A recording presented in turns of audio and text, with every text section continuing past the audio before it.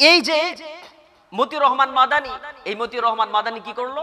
মতিউর রহমান মাদানী সে রাসূল করিম সাল্লাল্লাহু আলাইহি ওয়াসাল্লাম এর ওই সমস্ত হাদিসগুলো উপস্থাপন না করে রাসূলকে গালি দিলে পরে যে বিদ্রোহ করতে হবে, বিক্ষোভে ফেটে পড়তে হবে, তার বিচার চাইতে হবে, এগুলো না করে সে বলছে রাসূলকে গালি দিলে পরে আল্লাহকে কেউ গালি দিলে তাহলে তার বিচার আল্লাহই করবেন।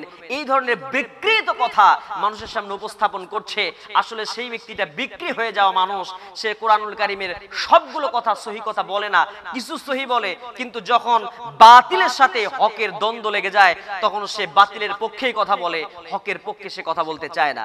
যেই সময়ে গোটা পৃথিবীর মুসলমান এবং অনেক অমুসলিম দেশও বিশ্বনবী সাল্লাল্লাহু আলাইহি ওয়াসাল্লামকে কটূক্তি করার কারণে তীব্র নিন্দা প্রতিবাদ জানাচ্ছে, সেই সময় আমাদের পার্শ্ববর্তী দেশ ভারত, চিন্তা করেন ভারত এর নরেন্দ্র মোদী সরকার, সে কি বলেছে জানেন?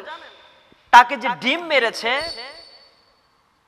সেই ম্যাক্রো, যে কিনা রাসূল সাল্লাল্লাহু আলাইহি ওয়াসাল্লামের কটূক্তি করার কারণে বিশাল বড় বিল্ডিং এর সাথে স্ক্রিন লাগিয়ে সেখানে রাসূল করিম সাল্লাল্লাহু আলাইহি ওয়াসাল্লামের এই ব্যঙ্গচিত্র প্রদর্শন করছে, দেখাচ্ছে। আর এই কারণে যখন বিদ্রোহ করেছে গোটা পৃথিবীর মুসলমান, বিক্ষোভে ফেটে পড়েছে। শুধু তাই নয়, যেই ব্যক্তি রাসূল করিম সাল্লাল্লাহু আলাইহি ওয়াসাল্লামকে গালি দিয়েছিল, রাসূল করিম সাল্লাল্লাহু আলাইহি ওয়াসাল্লামের ব্যঙ্গচিত্র ছোট ছোট কোমলবতী শিশুদেরকে দেখাচ্ছিল, সেই ব্যক্তিকে 18 বছরের একটা তরুণ হত্যা করে ফেলেছে, জবাই করে ফেলেছে। এর তীব্র নিন্দা প্রতিবাদ জানিয়েছে এই নরেন্দ্র মোদী ভারত সরকার। বোঝা যাচ্ছে এই ভারত কখনোই মুসলমানদের বন্ধু নয়, হিন্দু কখনো মুসলমানদের বন্ধু নয়। আল্লাহ তাআলা তো এটা অনেক আগেই বলে দিয়েছেন, লা ইয়াত্তাখিযুল কাফিরিনা আউলিয়া মিন দুনিল মুমিনিন। ওমার মুসলমান ভাইয়েরা, হিন্দু, বৌদ্ধ, খ্রিস্টান, কাফির, বেঈমান, মুশরিক এরা কখনোই মুসলমানদের বন্ধু হতে পারে না। আমাদের প্রকৃত বন্ধু বানাতে হবে আল্লাহকে। প্রকৃত বন্ধু রাসূল করিম সাল্লাল্লাহু আলাইহি ওয়াসাল্লাম। প্রকৃত বন্ধু এক মুসলমান ভাই আরেক মুসলমানের হতে পারে, কিন্তু কাফির বেঈমানরা কখনোই বন্ধু হতে পারে না। এই যে মতিউর রহমান মাদানী, এই মতিউর রহমান মাদানী কি করলো? মতিউর রহমান মাদানী সে রাসূল করিম সাল্লাল্লাহু আলাইহি ওয়াসাল্লাম এর ওই সমস্ত হাদিসগুলো উপস্থাপন না করে রাসূলকে গালি দিলে পরে যে বিদ্রোহ করতে হবে, বিক্ষোভে ফেটে পড়তে হবে, তার বিচার চাইতে হবে, এগুলো না করে সে বলছে রাসূলকে গালি দিলে পরে আল্লাহকে কেউ গালি দিলে তাহলে তার বিচার আল্লাহই করবেন। এই ধরনের বিকৃত কথা মানুষের সামনে উপস্থাপন করছে। আসলে সেই ব্যক্তিটা বিক্রি হয়ে যাওয়া মানুষ। সে কোরআনুল কারীমের সবগুলো কথা সহি কথা বলে না, কিছু সহি বলে, কিন্তু যখন বাতিলের সাথে হকের দ্বন্দ্ব লেগে যায় তখন সে বাতিলের পক্ষেই কথা বলে, হকের পক্ষে সে কথা বলতে চায় না। শুধু তাই নয়, আজকে তুরস্কের প্রেসিডেন্ট এরদোগান তিনি সুন্দর করে এই যে বিক্ষোভ হচ্ছে, এই যে রাসূলকে গালি দেওয়া হয়েছে তার বিদ্রোহে, তার বিপক্ষে অবস্থান নিয়ে ফ্রান্সের সমস্ত পণ্য সামগ্রীগুলোকে বয়কট করে দেওয়া হয়েছে, এগুলো বিক্রি হবে না। এবং কি করেছেন তিনি? এরদোগান ফ্রান্সের রাষ্ট্রদূতকে ডেকে পাঠিয়েছিলেন, আহ্বান জানিয়েছিলেন, তার সাথে কথা হয়েছে। রাসূল করিম সাল্লাল্লাহু আলাইহি ওয়াসাল্লামকে কটূক্তি করে ক্ষান্ত হয় না। এরদোগান যখন প্রতিবাদ করেছে, এরদোগানেরও সে কার্টুনগুলোকে বিকৃত কার্টুন উপস্থাপন করেছে। এরদোগান এজন্য একটা মামলাও করেছে অলরেডি। মামলা করার পরে রাষ্ট্রদূতকে জানিয়ে দেওয়া হয়েছে, ফ্রান্সকে সাবধান হতে বলেন, মানসিক চিকিৎসা দরকার, মানসিকভাবে সে একজন মানসিক রোগী হয়ে গেছে, না হলে এর কিন্তু ব্যবস্থা নেওয়া হবে। আমার ভাইয়েরা, আজকে যেই সময় এই ধরনের কার্যক্রম একের পর এক ঘটেই চলেছে, আল্লাহকে গালি দেয়, রাসূলকে গালি দেয়, সেই সময় আমার মুসলমান ভাইয়েরা এভাবে বসে থাকার কোনো সুযোগ নেই।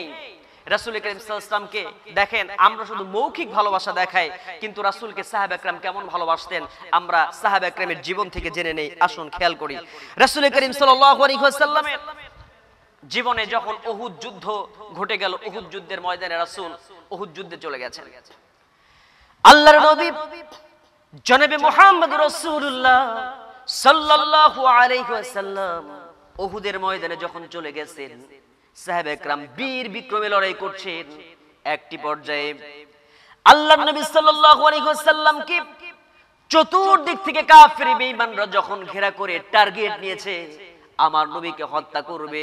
দূর থেকে তীর মারে, যে যেভাবে পাচ্ছে রাসূলকে আঘাত করার জন্য গিয়ে আসছে। হযরত রাসূলকে চতুর্দিকে 10 জন সাহাবী ঘিরে ধরেছেন যে রাসূলের উপরে আঘাত আসতে দেব না, যদি কোনো আঘাত আসে তাহলে আমাদের শরীরের উপরে যেন আঘাত হয়ে যায়, আল্লাহর নবী হেফাজতে থাকে। আল্লাহর নবী হযরত জনাবে মুহাম্মদ রাসূলুল্লাহ সাল্লাল্লাহু আলাইহি ওয়াসাল্লাম মাঝখানে আছেন। আর আল্লাহর নবীর দিকে যখন তীর ছুঁড়ে মারা হয়েছে, তীর যখন ছুঁড়ে মারা হলো, সেই সময় তীরগুলো যেন না লাগে। হযরতে তালহা রাদিয়াল্লাহু তাআলা আনহু দাঁড়িয়ে গেছেন। হযরতে তালহার পিঠের মধ্যে তীরটা বিদ্ধ হয়েছে, হযরতে তালহার চোখের মধ্যে তীরটা বিদ্ধ হয়ে গেছে। তালহা রাদিয়াল্লাহু তাআলা আনহুর পিঠের মধ্যে তীর বিদ্ধ হওয়ার পরে কি পরিমাণ ভালোবাসা তাদের ছিল। একের পর এক যখন তীরটা আসে, তীরটা আসার পরে হযরতে তালহার পিঠ থেকে যখন পিঠের দিকে তীরগুলো যখন গণনা করা হয়, তালহার পিঠের মধ্যে একটা দুইটা তীর নয়, হযরতে তালহার পিঠের মধ্যে 70 থেকে 80টি তীর বিদ্ধ হয়ে গেছিল। জোরে কোন আল্লাহু আকবার। তারপরে এই পৃথিবীর জমিনে রাসূলের পথ থেকে এক চুল পরিমাণ তালহা সরে নাই। শুধু এখানে শেষ নয়, হযরতে হানজালা রাদিয়াল্লাহু তাআলা আনহুর দিকে তাকিয়ে দেখেন, হানজালা রাদিয়াল্লাহু তাআলা আনহু কি করলেন? মদিনাতে অবস্থান করছেন। হানজালা রাদিয়াল্লাহু তাআলা আনহু মদিনার মাঝে অবস্থান করছেন। তিনি রাত্রি বেলাতে স্ত্রীর সঙ্গে তার মিলন হয়ে গেছে, গোসল তার ফরজ হয়ে গেছে। গোসল ফরজ হওয়ার কারণে তিনি যখন হাম্মাম খানায় গোসল করতে গেছেন, মদিনার ভিতরে খবর চলে এসেছে রাসূল আর দুনিয়াতে বেঁচে নাই। আল্লাহর নবীকে কাফের বেঈমানরা উহুদের ময়দানে মেরে ফেলেছে। আল্লাহর নবী আর দুনিয়াতে বেঁচে নাই, আল্লাহর নবী শহীদ হয়ে গেছে। এই কথা যখন সংবাদটা যখন ছড়িয়ে দেওয়া হয়েছে, হযরতে হানজালার কর্ণকুহরে যখন কথাটা পৌঁছে গেছে, হযরতে হানজালা সেই সময় হাম্মামখানায় গোসলখানায় গিয়ে মাথার মধ্যে একটু পানি ঢেলেছেন। আর কথাটা যখন কানে চলে গেছে, হানজালা সঙ্গে সঙ্গে সিদ্ধান্ত নিয়েছেন, আমার উপরে গোসল ফরজ হয়েছে কিন্তু আমি গোসল করব না। সব ফরজের বড় ফরজ আমার রাসূল করতে গেছেন জিহাদের ময়দানে, উহুদ যুদ্ধের ময়দানে। যেই দুনিয়াতে রাসূল বেঁচে নাই, যেই দুনিয়াতে রাসূল নাই, সেই দুনিয়াতে হানজালার বেঁচে থাকার আর কোনো প্রয়োজন নাই। হযরত হানজালা রাদিয়াল্লাহু তাআলা আনহু ঘোড়ার পিঠে উঠলেন, তলোয়ারটা নিলেন। হানজালা রাদিয়াল্লাহু তাআলা আনহু উহুদের ময়দানে চলে গেলেন। উহুদের ময়দানে বীর বিক্রমে লড়াই করলেন। লড়াই করার একটি পর্যায়ে হযরতে হানজালা রাদিয়াল্লাহু তাআলা আনহুকে যখন শহীদ করে দেওয়া হলো, কাফির বেঈমানরা হানজালার আঘাত করলো হাতের মধ্যে, পায়ের মধ্যে, শরীরের মধ্যে আঘাতে আঘাতে যখন জর্জরিত হয়ে গেছে, হানজালা রাদিয়াল্লাহু তাআলা আনহু যখন দুনিয়া থেকে শহীদ হয়ে গেছেন, আর সমস্ত সাহাবা কেরামদের মাঝে যখন 70 জন সাহাবী দুনিয়া থেকে উহুদ যুদ্ধের ময়দানে শহীদ হয়ে গেছে, সমস্ত সাহাবা কেরাম 69 জনের লাশ একত্রিত করেছেন। 69 জনের লাশ যখন একত্রিত করা হলো, পাওয়া গেল, কিন্তু একজনের লাশটা পাওয়া যাচ্ছে না, তার নাম হানজালা। একজন সাহাবী বললেন, ইয়া রাসূলুল্লাহ, কি উহুদের যুদ্ধের ময়দানের শেষের দিকে হানজালা চলে এসেছেন, কিন্তু হানজালার লাশটা পাওয়া যাচ্ছে না। সবাই যখন ওয়েট করছিলেন, এই সময় জিবরাইল আমিন এসে ডেকে বলছেন, ইয়া রাসূলুল্লাহ, কি হানজালা রাদিয়াল্লাহু তাআলা শহীদ হয়েছেন। আর হানজালার উপরে গোসলটা ফরজ হয়ে গিয়েছিল, কিন্তু হানজালা গোসল করতে পারে নাই। গোসল না করে মাথার মধ্যে কোন রকমে পানি ঢেলে তিনি দ্রুত বেগে চলে এসেছেন ঘোড়ার উপরে উঠে গিয়ে উহুদের ময়দানে এসে তিনি যুদ্ধ পরিচালনা করেছেন। তিনি সিদ্ধান্ত নিয়েছিলেন যে দুনিয়াতে রাসূল বেঁচে নাই, সেই দুনিয়াতে হানজালার বেঁচে থাকার কোনো প্রয়োজন নাই। আল্লাহ রাব্বুল আলামিন হানজালার এই শহীদকে এত পরিমাণ ভাবে কবুল করে নিয়েছেন, আল্লাহ রাব্বুল আলামিন দুনিয়াতে পানি দ্বারা তার গোসল করাবেন না। এই জন্য আল্লাহর সিদ্ধান্ত মোতাবেক আল্লাহর ফেরেশতারা হানজালাকে এই দুনিয়ার মাটি থেকে উঠায় নিয়ে জান্নাতের মধ্যে গোসল করে দিয়ে জান্নাতের পানি দিয়ে তাকে গোসল করেছেন। ইয়া রাসূলুল্লাহ, এখন আপনি হানজালার দিকে তাকিয়ে দেখেন, তার মাথার মধ্য থেকে টপকিয়ে টপকিয়ে এখনো জান্নাতের পানিগুলো জমিনের মধ্যে পড়ে যেতেছে। এর নাম হচ্ছে ভালোবাসা রাসূলের প্রতি, এর নাম রাসূলের প্রতি মহব্বত। রাসূলকে ভালোবেসে বাসর ঘর থেকে কেউ চলে এসেছেন, রাসূলকে ভালোবেসে, কেউ বা তিনি স্ত্রী সহবাস হওয়ার পরে এতটুকু ধৈর্য কুলায় নাই, গোসল পর্যন্ত করে নাই। এখানে শুধু শেষ নয়, আল্লাহর নবী জনাবে মুহাম্মদ রাসূলুল্লাহ সাল্লাল্লাহু আলাইহি ওয়াসাল্লামকে মেয়ে মানুষ মহিলারাও কেমন ভালোবাসতেন, মহিলা সাহাবী কেমন ভালোবাসতেন। মদিনা থেকে রওনা দিয়েছেন, দৌড়ায়া দৌড়ায় উহুদের প্রান্তরের দিকে চলে যাচ্ছিলেন। একজন মহিলা রাস্তার মধ্যে লোকজনের সঙ্গে দেখা হলো, বলে কোথায় যাও? বলে উহুদের ময়দানে যেতেছে। উহুদের ময়দানে যে তোমার কোনো লাভ হবে না, কোনো ফায়দা হবে না, তোমার দুটি সন্তান উহুদের ময়দানে লড়াই করে জিহাদের ময়দানে শহীদ হয়ে গেছে।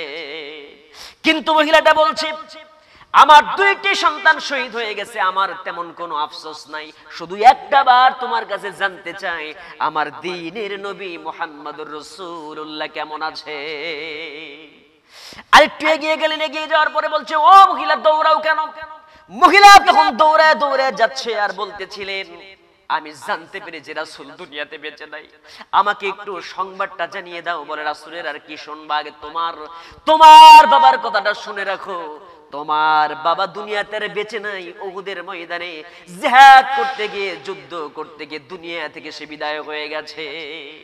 মহিলা সাহাবী বলেন, ও আমার ভাই, আমার বাবা দুনিয়া থেকে বেঁচে গেছে, দুনিয়া থেকে বিদায় হয়ে গেছে, শহীদ হয়েছে, আমার এতটুকু আফসোস নাই, আমার দুটি সন্তানও দুনিয়া থেকে বিদায় হয়ে গেছে, এতটুকু আফসোস নাই, শুধু আমাকে তুমি জানিয়ে দাও আমার দ্বীনের নবী মুহাম্মদুর রাসূলুল্লাহ কেমন আছে।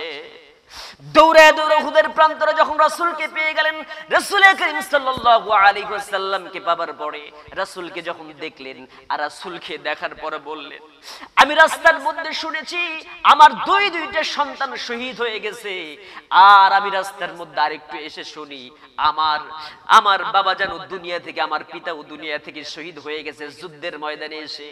আমি আমার পিতা মরার সেই কষ্টগুলো আর আমার দুটি সন্তান মরার কষ্টগুলো, আমি রাসূলের চেহারা দেখার কারণে সব কষ্ট আমার নির্মূল হয়ে গেছে। এর নাম হলো ভালোবাসা, এর নাম বিশ্বনবী জনাবে মুহাম্মদুর রাসূলুল্লাহ সাল্লাল্লাহু আলাইহি ওয়াসাল্লামকে ভালোবাসা। কেমন ভালোবেসেছিলেন তারা? দ্বীনের নবীকে ভালোবাসার কারণে। এই ভালোবাসার প্রমাণ দেখিয়েছেন। সন্তান হারার বেদনা মনে হয় নাই, নবীর প্রতি একটু আঘাত লাগলে পরে তাদের কলিজার মধ্যে আঘাত লেগেছে, তারা সহ্য করতে পারে নাই।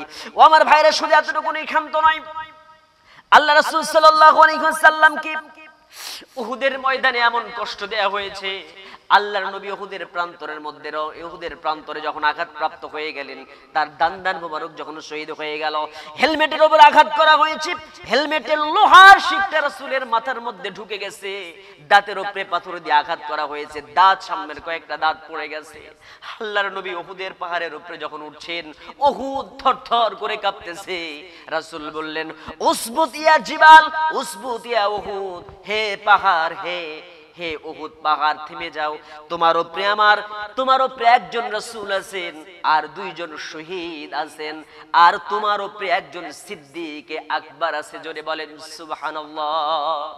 আমার রাসূল করিম সাল্লাল্লাহু আলাইহি ওয়াসাল্লামকে রক্তাক্ত করা হলো উহুদের প্রান্তরে, আর এই রক্তাক্ত অবস্থায় অনেক সাহাবা একরাম তারা রাসূলকে বাঁচানোর জন্য, সেভ করার জন্য তারা জীবন পর্যন্ত দিয়েছেন, কিন্তু রাসূলের ভালোবাসা থেকে এক চুল পরিমাণ নড়েন নাই। এখানে শেষ না আমার ভাইরা, ভালোবাসা কাকে বলে? দ্বীনের নবী মুহাম্মদ রাসূলুল্লাহ সাল্লাল্লাহু আলাইহি ওয়াসাল্লামকে ভালোবাসতেন হযরতে রাসূল করিম সাল্লাল্লাহু আলাইহি ওয়াসাল্লামের একজন সাহাবী, যিনি একজন হাফেজে কোরআন, হযরতে খুবাইব রাদিয়াল্লাহু তাআলা আনহুর কথা বলি আমি। খুবাইব রাদিয়াল্লাহু তাআলা আনহুকে মদিনা থেকে যখন মক্কায় ধরে নিয়ে আসা হয়েছে, মিথ্যা প্রলোভন দেখিয়ে, মিথ্যা কথা বলে মদিনায় যখন নিয়ে আসা হয়ে, মদিনা থেকে মক্কায় নিয়ে আসা হয়েছে, হযরতে খুবাইব রাদিয়াল্লাহু তাআলা আনহু তাকে মদিনায় নিয়ে এসে মক্কায় নিয়ে এসে জেলখানার মধ্যে আবদ্ধ করে রাখা হয়েছে। সাইদ বিন আমির রাদিয়াল্লাহু তাআলা আনহু বর্ণনা করেন, সাইদ বিন আমির রাদিয়াল্লাহু তাআলা আনহু তখন ইসলাম কবুল করেন নাই। ইসলাম কবুল করার আগে সাইদ বিন আমির রাদিয়াল্লাহু তাআলা আনহু বলেন, আমি দেখতে পেয়েছি খুবাইব রাদিয়াল্লাহু তাআলা আনহুকে যখন মদিনা থেকে মক্কায় নিয়ে এসে জেলখানার মধ্যে রাখা হয়, আর বলা হলো, খুবাইব এখনো সময় আছে, ইসলাম ছাড়বি কিনা বল। আর খুবাইব তখন বলতো, আমার জীবন চলে যাবে কিন্তু খুবাইব কালেমার পথ থেকে এক চুল পরিমাণ সরবে না। জোরে বলেন সুবহানাল্লাহ। খুবাইব রাদিয়াল্লাহু তাআলা আনহুকে জেলখানায় আবদ্ধ করার পরে সেই জেলখানার মধ্যে খাবার বন্ধ করে দেয়া হলো। খুবাইবের প্রতি সিদ্ধান্ত নেওয়া হলো যে খুবাইবের খাবার বন্ধ করে দেয়া হলে হয়তো খুবাইব ক্ষুধার তাড়না সহ্য করতে না পেরে খুবাইব এই পৃথিবীতে কালেমা ছেড়ে দেবে। কিন্তু খুবাইব এমন পরিমাণ সে ঈমান তার অটল, এমন ঈমান সক্রিয়, সে সময় বলছিল আমার জীবন চলে যাবে কিন্তু খুবাইব কালেমার পথ থেকে একচুল পরিমাণ সরবে না। হযরতে খুবাইব রাদিয়াল্লাহু তাআলা আনহু রাত যখন গভীর হয়ে গেছে, সবাই যখন ঘুমিয়ে পড়েছে, হযরতে খুবাইব শেষ রাত্রির দিকে কোরআন পড়ে। সবাই যখন ঘুমিয়ে পড়েছে, হযরতে খুবাইব যখন কোরআন পড়ে, আর এই সময় সাইদ বিন আমির রাদিয়াল্লাহু তাআলা আনহু দৃশ্যগুলো দেখেন, আর দেখেন যে কে যেন তাকে আঙ্গুরের ছড়াগুলো তার সামনে রেখে যায়। হযরতে খুবাইব একটা একটা করে আঙ্গুর খান, আর সমস্ত ক্ষুধা তৃষ্ণা তার নিবারণ হয়ে যায়। সাইদ বিন আমির রাদিয়াল্লাহু তাআলা আনহু বলেন, এই খবর যখন কাফির বেঈমানদের কাছে চলে গেল, কাফির বেঈমানরা তখন বুঝতে পেরেছে যে খুবাইবের মৃত্যু আর না খেয়ে হবে না। খুবাইবকে আল্লাহ রাব্বুল আলামিন তার খাবারের ব্যবস্থা করবেন। ওয়া মা মিন দাব্বাতিন ফিল আরদি ইল্লা আলাল্লাহি রিজকুহা। শেষ পর্যায়ে সিদ্ধান্ত নেওয়া হলো, শেষ আলটিমেটাম দেয়া হলো, ও খুবাইব রে, তোমাকে আর দুনিয়াতে রাখা হবে না, তুমি কালিমা ছাড়ছো না, তোমাকে শেষ আলটিমেটাম হচ্ছে তোমাকে অল্প সময়ের মাঝে বিদায় হতে হবে, তোমাকে দুনিয়া থেকে বিদায় করা হবে। এই সময় খুবাইব বলছেন, আমি বুঝতে পেরেছি আমাকে তোমরা দুনিয়া থেকে বিদায় করবে, শহীদ করে দেবে, এতটুকু না আমি পিছপা হব না, আমার জীবন চলে যাবে কিন্তু কালিমার পথ থেকে, রাসূলের ভালোবাসা থেকে আমি দূরে সরতে রাজি নাই। খুবাইব রাদিয়াল্লাহু তাআলা আনহুকে সেই সময় কি করা হলো? সময় দেওয়া হলো, বলে তোমার শেষ ইচ্ছাটা কি? অন্তিম ইচ্ছাটা হলো আমি একটু নামাজ পড়তে চাই, আমাকে নামাজের জন্য সময় দাও। হযরত খুবাইবকে নামাজের জন্য সময় দেওয়া হলো। অল্প সময়ের ব্যবধানে নামাজ শেষ করলেন। যে খুবাইব দীর্ঘ সময় নামাজ পড়েন কিন্তু অল্প সময়ে শেষ করলেন, কারণ হচ্ছে যাতে বেশি সময় হয়ে গেলে পরে কাফের বেঈমানরা ভাবতে পারে যে বেশি সময় নিয়ে নামাজের মধ্যে সে বেশিক্ষণ পৃথিবীতে বেঁচে থাকতে যায়। নামাজ শেষ করলেন, খুবাইবের দুটি হাত বেঁধে রাখা হলো, ডান হাতে কোপ মারা হয়েছে, হাতটা কেটে পড়ে গেছে, বাম হাতে কেটে গেছে। এই সময় খুবাইবকে বলা হয়, ও খুবাইব, এখনো তোমার জীবন আছে, শেষ কথা বলতে চাই, এই যে তোমাকে হাত পা কেটে ফেলে দেওয়া হয়েছে, এই মুহূর্তে আমরা চিকিৎসা করব, তোমাকে ভালো করব, আর তোমাকে ছেড়ে দেব, তোমার জীবনটা আমরা ছেড়ে দেব। কিন্তু তোমাদের কাছে একটা কথা তোমার কাছে এখন জানতে চাই, আল্লাহর নবী জনাবে মুহাম্মদ রাসূলুল্লাহ সাল্লাল্লাহু আলাইহি ওয়াসাল্লামকে এই মুহূর্তে যদি তোমার জায়গায় নিয়ে এসে শাস্তি দেওয়া হয়, তাহলে তুমি সন্তুষ্ট হবে কিনা? তোমাকে আমি কিছু করতে হবে না, তুমি এতটুকু শুধু কথার উপরে সন্তুষ্ট হবে কিনা?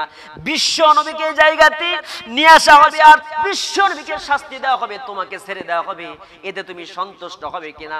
এই সময় খুবাইব বলেছিলেন, আমার জায়গায় বিশ্ব নবীকে কষ্ট দেওয়া তো দূরে থাক, আমার নবীর শরীরের মধ্যে একটা কাটাও যদি নবীর পায়ের মধ্যে বিদ্ধ হয়, আমি দ্বীনের নবীর এতটুকু কষ্ট আমি খুবাইব সইতে পারবো না।